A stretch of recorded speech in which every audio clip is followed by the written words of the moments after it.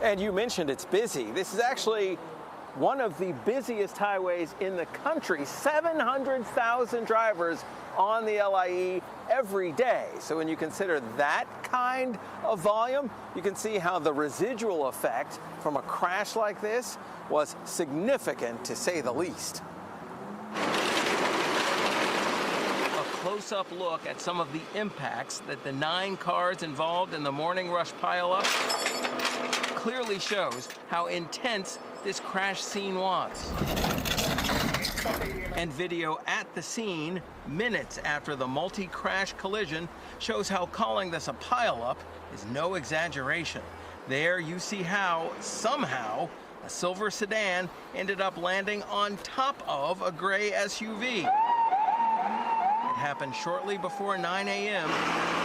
during the morning rush, according to the FDNY. Its EMTs transported 4 people, 1 in critical condition, to the hospital.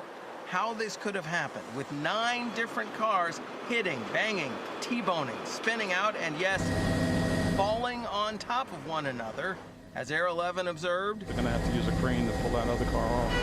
Police investigators are still trying to figure out the cause of it all.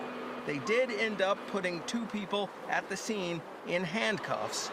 Meanwhile, local residents like Josh Essig, who lives just above the tunnel entrance and regularly sees the high volumes of traffic, talks about the situation. One poor decision can, put everybody in jeopardy.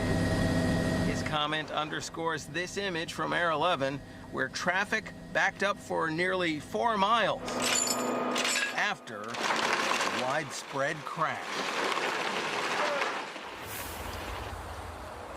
Now, according to the MTA, traffic volumes here on the LIE headed into the city have declined about 11% since congestion pricing was implemented last year. And locals here say they've noticed that reduction and say that having seen this collision today, they're convinced that as bad as it was, it could have had an even worse residual effect had it not been for those lower traffic volumes. Reporting live from Long Island City, Queens, next to the LIE, I'm James Ford, Pix 11 News. That's a fast